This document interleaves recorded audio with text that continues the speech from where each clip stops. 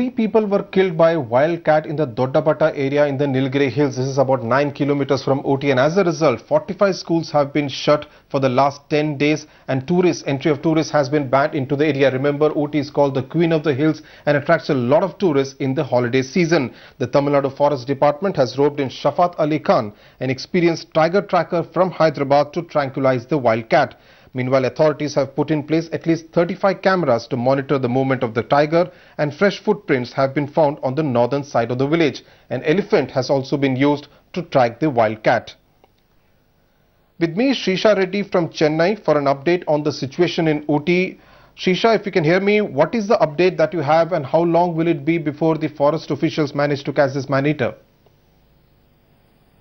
Asudi, they have been trying to nail where exactly this tiger is moving, because they actually have been trying to zero in on 5 kilometers radius. They have put in place more than 35 cameras, which is actually monitoring the movement of the tiger. And again, the expert has been roped in to capture the tiger. So they are very hopeful that they will try to capture this tiger in about a day or two. But again, the villagers are really living in fear, and they have lost the hope in the authorities, is what we have been hearing. And we have been talking to a lot of villagers there. But the authorities are saying that they will try to capture the tiger in a day or two. Right.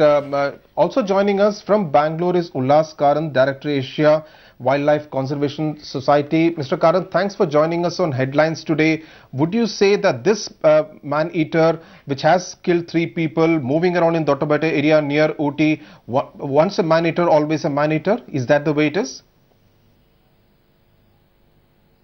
I think we have to put this problem in context. We have more than 300 tigers in this landscape comprising of Nagarhole, Mudumalai, Bandipur and BRT.